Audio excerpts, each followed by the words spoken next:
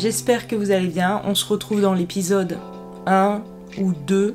Je sais pas encore comment je vais appeler le premier, si ce sera l'épisode 0 ou 1, donc la numérotation dépendra de ce que j'aurai mis. Donc le but de ces petits épisodes, c'est vous montrer comment j'avance, mes idées, mes problèmes, peu importe en fait ce qui peut se passer au quotidien, montrer voilà quelques petits éléments, hein. C'est sûr je vais pas filmer en entier toutes mes journées tout le temps, ça serait terriblement ennuyant.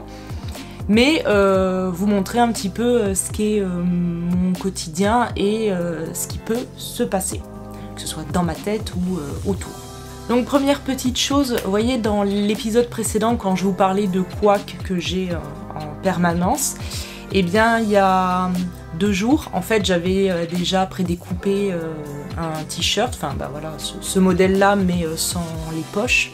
D'ailleurs ça c'est un peu ma tenue uniforme du moment. Hop, petit pantalon, hein. Vous risquez de me voir beaucoup avec. Et je vais alterner peut-être avec la robe qui est de la même couleur. Donc j'avais découpé ce t-shirt qui va être en noir. Hop, je vais prendre juste boule d'encolure, voilà, un petit jersey. Oh, je crois tencel il est, ou coton bio, enfin mais je crois que c'est du tencel, ouais. Et donc je voulais monter ce t-shirt il y a 2 jours et il se trouve que je n'arrivais pas à régler ma surjeteuse. Vraiment ça ne fonctionnait pas du tout et j'ai déjà eu quelques jours encore auparavant des problèmes avec la surjeteuse. En fait je reprenais une robe pour une amie et vraiment la matière, c'est pas le type de matière que j'ai l'habitude de travailler, donc ça a été très galère. Je n'arrivais pas à régler cette surjeteuse, donc j'ai fini par faire des coutures anglaises, ce qui est pas plus mal, comme ça c'est bien propre et beau. Mais là bon quand même sur du t-shirt c'est quand même approprié d'utiliser un surjet. Eh bien j'ai passé du temps hein, mais là j'ai quelque chose vraiment on va dire de passable. Même à un moment je croyais que le couteau était mort, j'ai essayé de le changer mais non c'était pas ça. J'ai passé du temps, même on a été à 2 à regarder où pouvait être le problème mais non, pas de... J'ai même re-regardé des vidéos de surjeteuses en me disant allez je vais reprendre la base, on va y aller pas à pas. Bon bien sûr le livret que j'ai ici, hein, que j'épluche, hein, je ne le laisse pas de côté, mais rien n'y faisait. Et j'ai fini par me rendre compte que les tensions de fil, j'avais beau les bouger, si vous voulez les molettes elles tournent dans le vide. Voilà, le fil reste le même, donc forcément quand moi je vois le fil du boucleur supérieur qui vient sur l'arrière, enfin peu importe, et que j'essaie de régler la tension en fonction, et que ça ne changeait rien, ben ceci explique cela, hein, voilà. Donc bon, il faut savoir que moi, ma surjeteuse, c'est la premier prix de chez Lidl que j'ai acheté en 2014. Ça me fait rire parce que j'ai vu que cette surjeteuse, bon soit il y a des gens qui s'en accommodent très bien et qui y arrivent, mais d'autres qui carrément, même pas au bout d'un an, l'ont changé parce que c'est une catastrophe. Je me dis, bon, j'ai quand même lutté 8 ans avec, c'est pas mal, sachant que oui, c'est vraiment lutter, c'est-à-dire que très souvent elle me crée des problèmes à régler, enfin c'est l'enfer.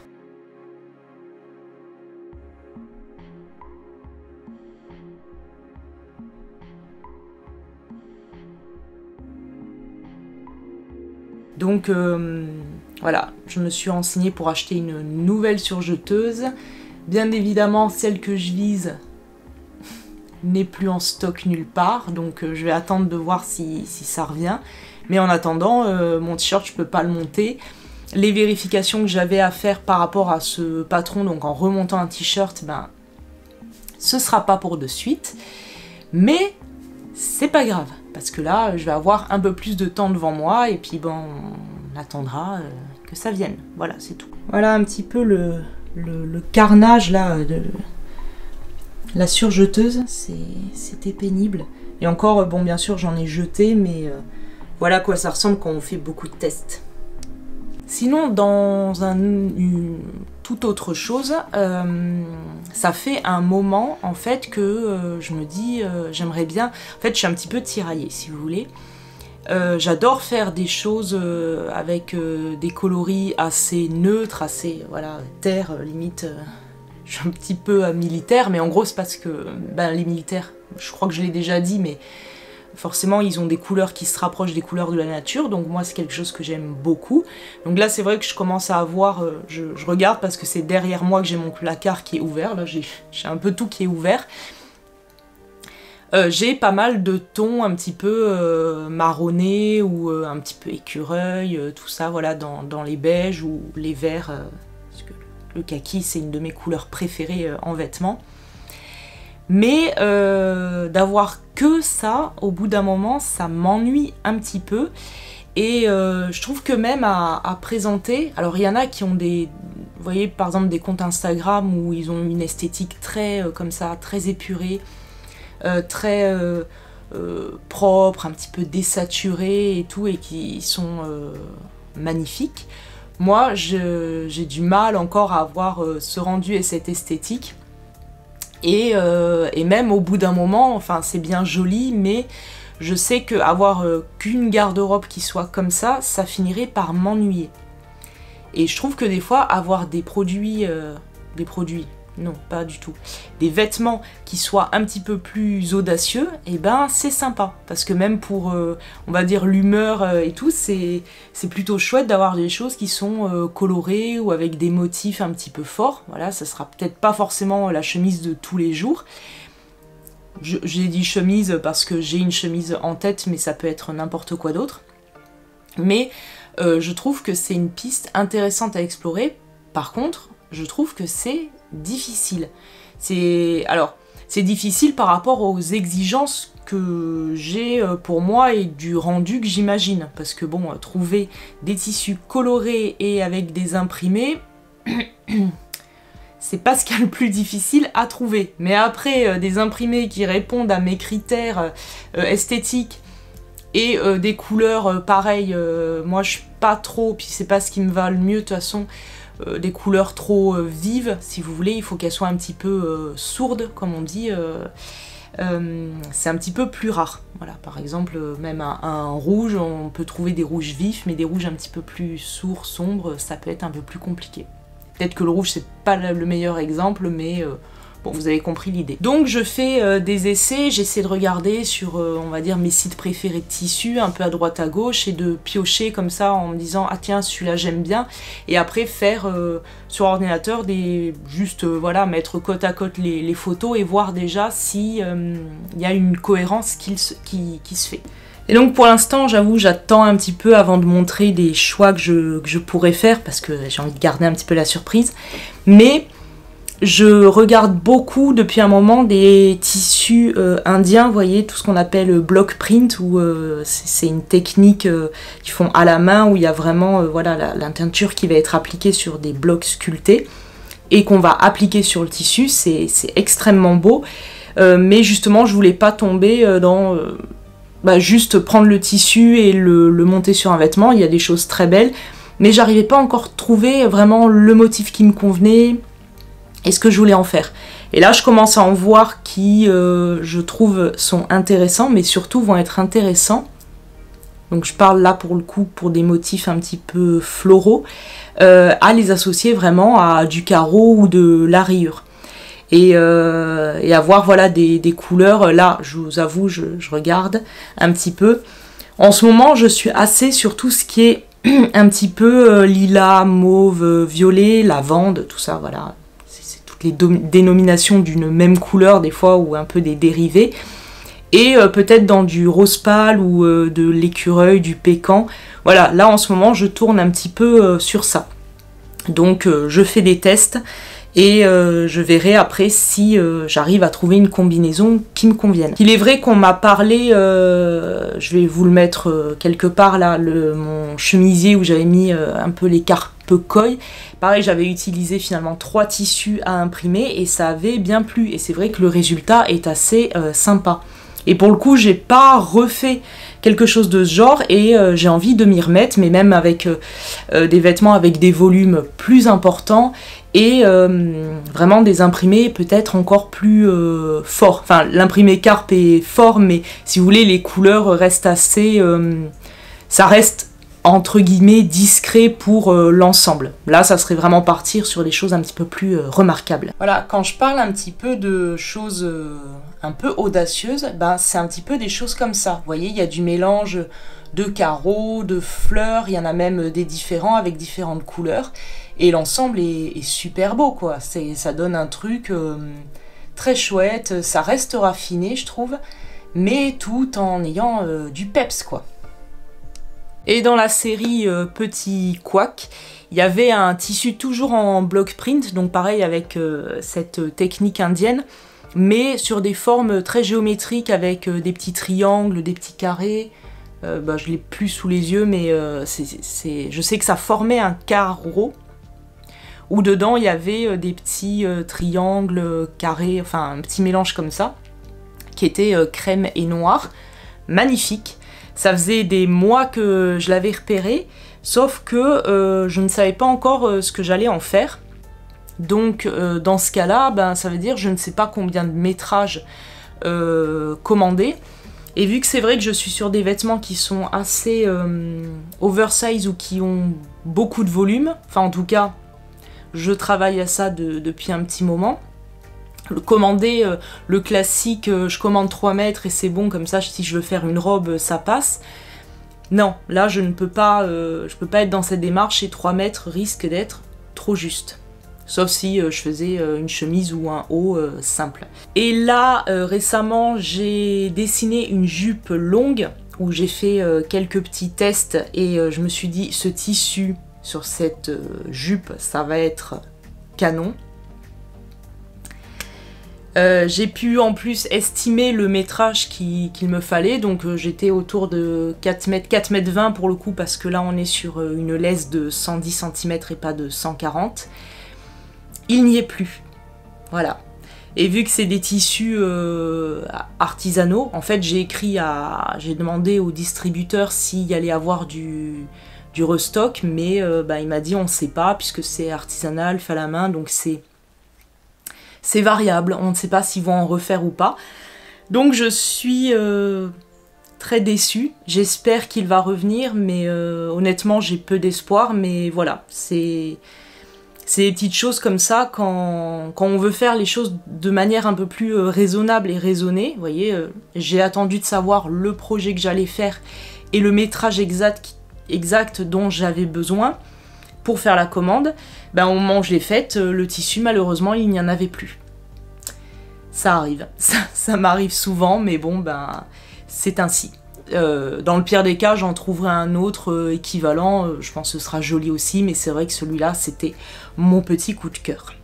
Je vous retrouve plusieurs jours après la dernière séquence que vous avez vue.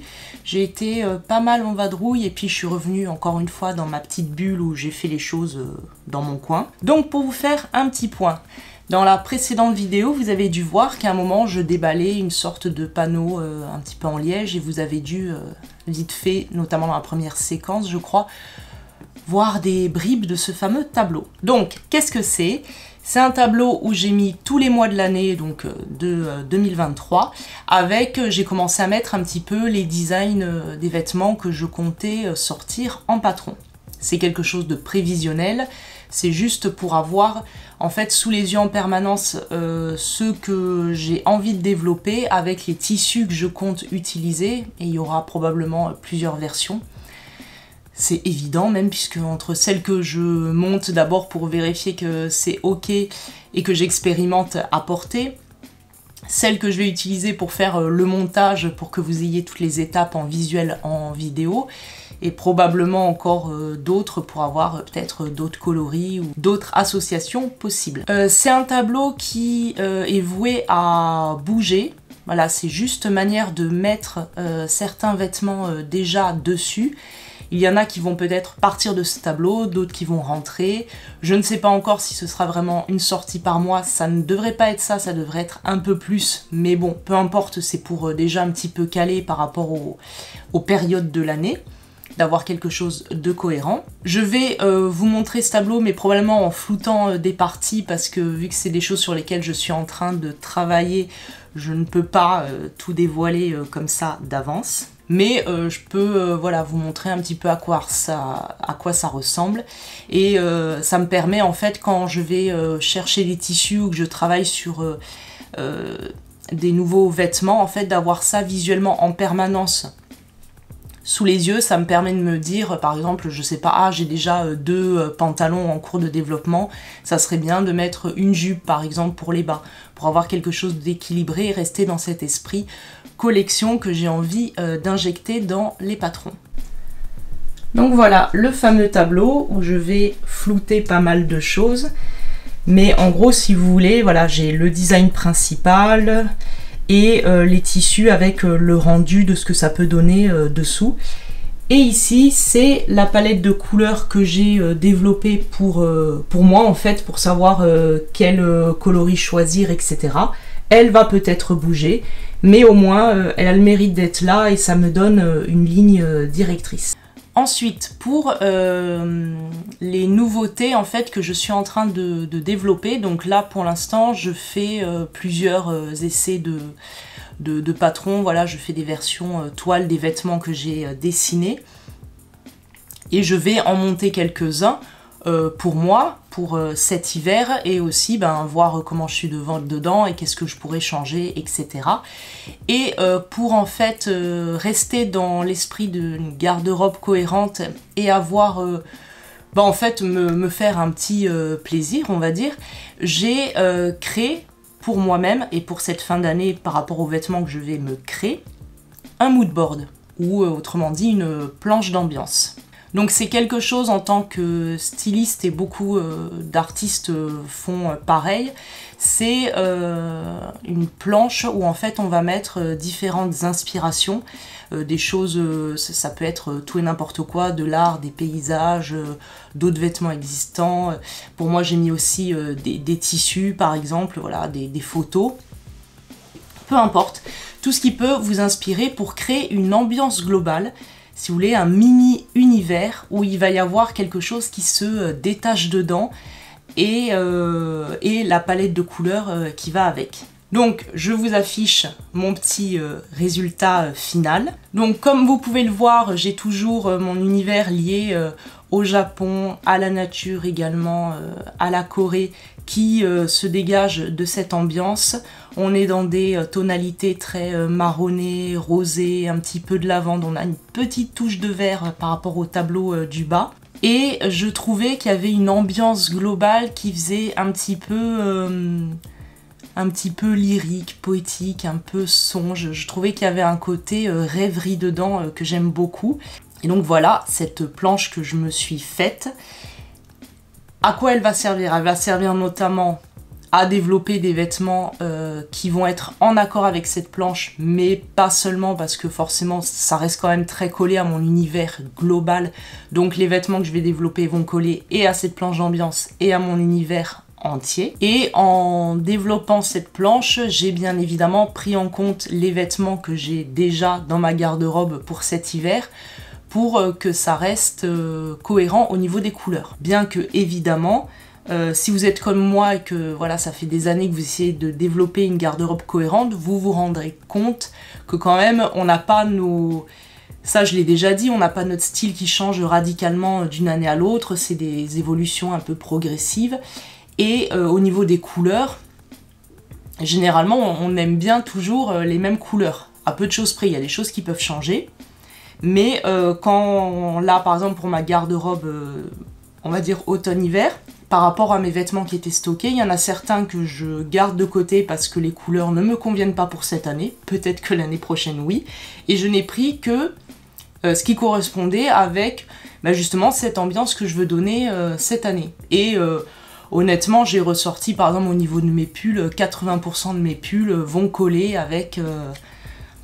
cette ambiance et cette colorimétrie. Donc si vous voulez vous-même vous créer un petit mood board, parce que je trouve que c'est toujours intéressant d'en faire un, et puis voilà, ça permet de donner cette espèce d'ambiance globale quand on porte, on se projette dans cet univers en fait qu'on a créé. eh ben, je vais vous montrer très rapidement en fait comment j'ai pu créer ce mood board là. Donc tout d'abord, je suis partie de Pinterest où je suis allée récupérer des images qui me plaisaient bien. Donc vous les voyez toutes ici un petit peu en vrac. Ensuite, je suis allée sur mes sites de tissus préférés récupérer ceux que j'aimais bien et qui je trouvais allaient bien avec l'ambiance à côté. Et j'en ai tiré d'abord une sorte de palette de couleurs rapidement. Bon, il y a des choses qui se ressemblent beaucoup, mais c'était une première esquisse. Ensuite, j'ai mis en forme tout ça, voilà, avec même des petits titres. Ici, j'ai détouré les silhouettes parce que je trouvais ça plus intéressant de les faire ressortir. Et je suis passée sur Procreate, je vous montrerai ça juste après en petite timelapse, où j'ai créé ces petites pastilles de couleurs. Vous voyez, j'ai même pas fini de mettre les couleurs, c'était déjà pour avoir un rendu et voir ce que ça pouvait donner.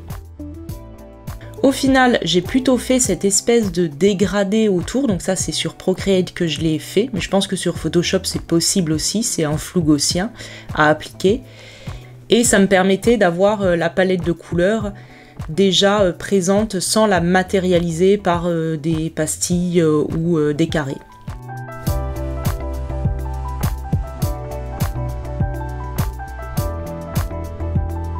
Et au final, j'ai ajouté quelques tissus pour avoir un ordre d'idée et des éléments graphiques voilà, de surpiqûre parce que c'est quelque chose que j'aimerais intégrer dans les vêtements que je vais créer. Voilà la version finale. Avant de vous laisser, j'ai deux petites choses à vous dire. La première, c'est par rapport à ma dernière vidéo, beaucoup de personnes m'ont mis en commentaire le fait que mes patrons s'arrêtaient à la taille 44.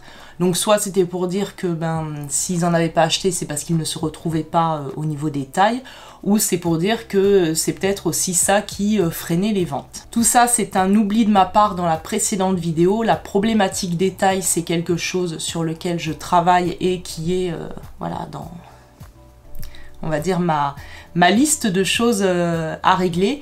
Je vais faire une vidéo dédiée dessus pour expliquer le pourquoi du comment, parce qu'il y a des choses à dire. Sachez en tout cas que ce n'est absolument pas par exclusion de personnes qui font des tailles qui ne sont pas comprises entre le 34 et le 44, ce n'est absolument pas ça. Et ça fait partie d'ailleurs de mes projets pour les prochains patrons, c'est justement de proposer plus de tailles. Mais ça, je vous en reparlerai dans une vidéo dédiée. Donc sachez que c'est pas un élément occulté du tout. La deuxième chose, je n'en parle jamais, j'ai pu des fois l'afficher un petit peu en logo en fin de vidéo, mais sachez que j'ai un compte Utip, donc si vous voulez me soutenir, soutenir mon travail, soutenir cette chaîne, sachez que via ce lien vous pouvez me faire un don unique ou récurrent. Unique, même un tout petit, ce sera déjà très bien, donc n'hésitez pas à aller dessus, ça m'aidera énormément. J'espère que cette vidéo vous a plu et a été instructive. Et je vous dis à dans une prochaine vidéo, l'épisode 3, la vidéo sur les tailles. Peut-être que les deux seront couplés. Qui sait, cette vie est emplie de mystères. Je vous souhaite une excellente journée. Prenez soin de vous parce que entre le temps qui change facilement, l'ambiance générale qui est un petit peu morose, il faut quand même un petit peu se coucouner et prendre soin de soi. À la prochaine!